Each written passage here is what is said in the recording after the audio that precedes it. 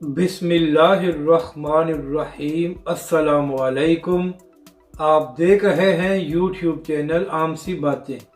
شہید سیالوی کو تحریک لبیک پر تنقید کرنا مہنگا پڑ گیا، ڈاکٹر آصف جلالی صاحب حقیقت سامنے لے آئے۔ اس ویڈیو میں ہم اسی کے متعلق بات کریں گے۔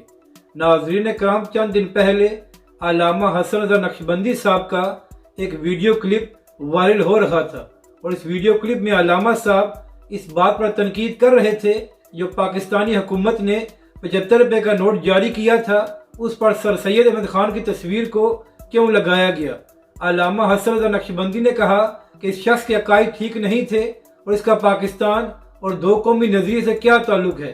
تو ناظرین کرام، جیسے یہ ویڈیو ٹویٹر پر آئی تو اس کو لے کر شہید سیالوی نے علامہ حسن رضا نقشبندی پر تنقید کی اور کہا کہ ان لوگوں کو کسی بات کا علم نہیں ہوتا اور تنقید کرنا شروع کر دیتے ہیں۔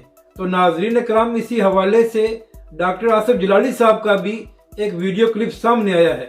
ڈاکٹر آصف جلالی صاحب نے کہا کہ سر سید احمد خان نے قرآنی آیات، معجزات اور بہت سی احادیث کا انکار کیا تھا، تو پھر ایسے شخص کی تصویر کو پاکستان کے نوٹ پر کیوں لگایا گیا۔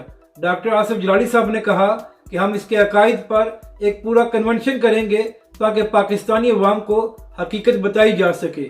تو شہید سیالوی صاحب، عرض یہ کرنی ہے کہ آپ اپنی سیاست کے لیے تحریک لبیک پاکستان اور علامہ سعد حسین رضوی پر تنقید ضرور کیا کریں، مگر اس سے پہلے اپنی ریسرچ کو مکمل ضرور کیا کریں۔